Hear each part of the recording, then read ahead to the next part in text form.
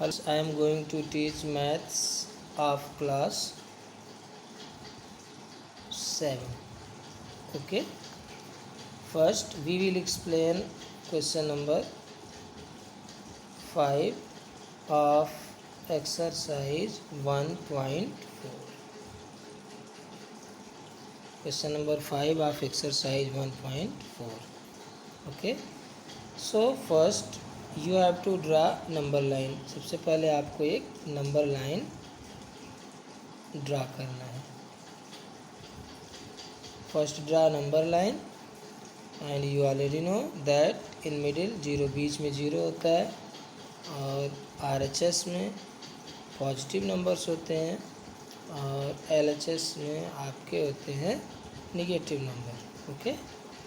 तो after drawing number line read the question very carefully. आपको question बहुत आराम से पढ़ना है. Okay. In question you can see that temperature is decreased in 1 hour 2 degree celsius. यहाँ पे आप देखो the temperature decrease 2 degree celsius in 1 hour. मतलब 2 डिग्री सेल्सियस 1 आवर में डिक्रीज हो रहा है. तो हाफ आवर में कितना डिक्रीज होगा? 1 degree Celsius. Okay. 2 degree Celsius decrease in 1 hour. तो 1 डिग्री सेल्सियस कितने टाइम में डिक्रीज होगा? हाफ आवर में. Okay. Similarly in question that temperature is 8 degree below. तो आपको यहाँ पे ध्यान देना है. पहले टेम्परेचर कितना था? 10 और इस समय टेम्परेचर कितना है? -8. ये टोटल टेम्परेचर कितना डिग्रीज हुआ? 10 यहाँ से लेकर के 10 और ये 8 यहाँ से लेकर के 8. टोटल 18 डिग्री हुआ है. ठीक है. तो ये आपको याद रखना है. 10 डिग्री ये और 8 डिग्री ये. 18 degree Celsius temperature is decreased. तो अब यहाँ पे 1 डिग्री सेल्सियस हाफ आवर में डिक्रीज हो रहा है. तो 18 डिग्री जो कि भी मैंने आपको बताया 18 डिग्री सेल्सियस कितने समय में कम होगा? Only you have to multiply 18 into half. Half से आपको मल्टीप्लाई कर देना क्योंकि 1 डिग्री सेल्सियस डिक्रीज हो रहा है हाफ आवर में. तो 18 डिग्री मल्टीप्लाई कर 2 1 जा 2 2 9 18. तो 9 आवर में आपका जो टेम्परेचर वो होगा -8. ओके. 9 आवर्स में -8 डिग्री सेल्सियस. ओके. जैसे अब यहाँ पे जो 10 डिग्री सेल्सियस टेम्परेचर था वो कितने बजे था? 12 नून 12 बजे टेम्परेचर था ये. और 9 आवर्स में टेम्परेचर यहाँ पे आ गया. तो 12 में 9 आप प्लस कर दो, आ जाएगा 21. कहने का मतलब 21 मीन्स 9 PM. तो 9 बजे जो टेम्परेचर होगा ये at 9 PM temperature will be -8 degree Celsius. Okay. That is the right answer. And next question what will be the temperature at midnight. Midnight में टेम्परेचर कितना होगा? ओके. तो जैसे आप यहाँ पे देख सकते हैं ये जो टेम्परेचर है ये 9 PM पर है. तो 12 बजे आपको बताना है. आप इसमें +3 कर दो तो 12 बजे आपका टेम्परेचर निकल जाएगा. तो यहाँ पे आपने 3 प्लस किया तो 1 आवर्स में 2 डिग्री आपका डिक्रीज़ हो रहा है. तो 3 आवर में कितना हो जाएगा? -8 2 3 जा 6. तो आंसर आपका आ जाएगा -14 डिग्री सेल्सियस. कैसे आया? -8 -6 is equal to -14 degree temperature. ये जो टेम्परेचर होगा ये मिडनाइट पे टेम्परेचर होगा. ओके. तो आप यहाँ पे देख सकते हैं -8 डिग्री जो टेम्परेचर है वो 9 PM पर है और 9 PM पर 9 3 12, तो 1 घंटे में 2 डिग्री कम हो रहा है, तो 3 आवर्स में कितना कम होगा, 2 3 जा 6, तो -8 और -6 कितना होगा, -40। ये जो टेम्परेचर होगा that will be temperature at midnight. Okay, so question 5th is completed. Now we comes on question number 6. In question number 6, in a class test +3 marks are given for every correct answer. आपको ये ध्यान देना है, अगर आप एक correct answer करते हो तो उस पर +3 मार्क्स मिलते हैं। ओके, 1 करेक्ट आंसर का कितना मार्क्स है, 3। तो राधिका ने 20 मार्क्स किया है, 20 मार्क्स पाया है। If she got 12 correct answer, तो राधिका ने 12 करेक्ट आंसर किया है। ठीक है, आप यहाँ पे ध्यान दो, 1 करेक्ट आंसर पर 3 मार्क्स मिलते हैं, तो 12 करेक्ट आंसर पर कितना हो गया, 12 × 3 = 36। Okay, now he get 12 marks, इन्होंने 12 मार्क्स पूरा पाया था। ओके, लेकिन उन्होंने 12 करेक्ट आंसर किया जिसका 36 मार्क्स था, तो 20 में से आपको 36 माइनस करना है, तो आ जाएगा -16। Okay, -16, -2 marks. इसमें एक चीज़ और ध्यान देना है, -2 मार्क्स मिल रहा है इनकरेक्ट। जैसे मतलब आप अगर गलत क्वेश्चन करते हो तो उसका -2 मार्क्स एक आंसर का कट रहा है। ठीक है, तो यहाँ पे आप देख सकते हो -16 है यहाँ पे। ठीक है, -16, इसको आपको -2 से डिवाइड करना है। -2 से आप डिवाइड करोगे तो 8 आएगा। इसका मतलब उन्होंने 8 क्वेश्चन जो है रॉन्ग किए थे। Okay, now look second question.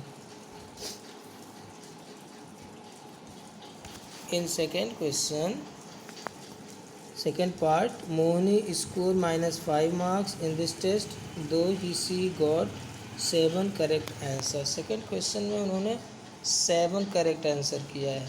आपको जैसे पता है एक करेक्ट आंसर पर +3 मार्क्स मिलते हैं। ओके, तो आप ये बताओ 7 करेक्ट अगर आंसर करेंगे तो उनको कितना मार्क्स मिलेगा, 7 × 3 = 21 मार्क्स। तो इसलिए इनका मार्क्स जो है मोहिनी का जो मार्क्स है वो हो गया 7 करेक्ट का 21 मार्क्स। लेकिन उनको देखो 7 करेक्ट आंसर करने के बाद भी उनको टोटल मार्क्स जो मिला है वो -5 मिला है। इसका मतलब उन्होंने इनकरेक्ट क्वेश्चन किया होगा। तो आपको करना क्या है, -5, लुक हियर, अब आपको करना है -5, इन्होंने -5 टोटल पाया है और 21 जो है करेक्ट आंसर से पाया है, तो ये टोटल आपका हो गया -26 मार्क्स हो गया। अब आपको करना क्या, -26 को -2 से डिवाइड करना है। -2 से क्यों, बिकॉज -2 जो मार्क्स मिल रहा है वो रॉन्ग मतलब इनकरेक्ट आंसर पर -2 मार्क्स मिल रहा है, तो -2 से इसको डिवाइड कर दो = 13। इसका मतलब उन्होंने 13 क्वेश्चन इनकरेक्ट किए थे। ओके, तो ये आपका 13 आंसर है। Okay, now look question number 7।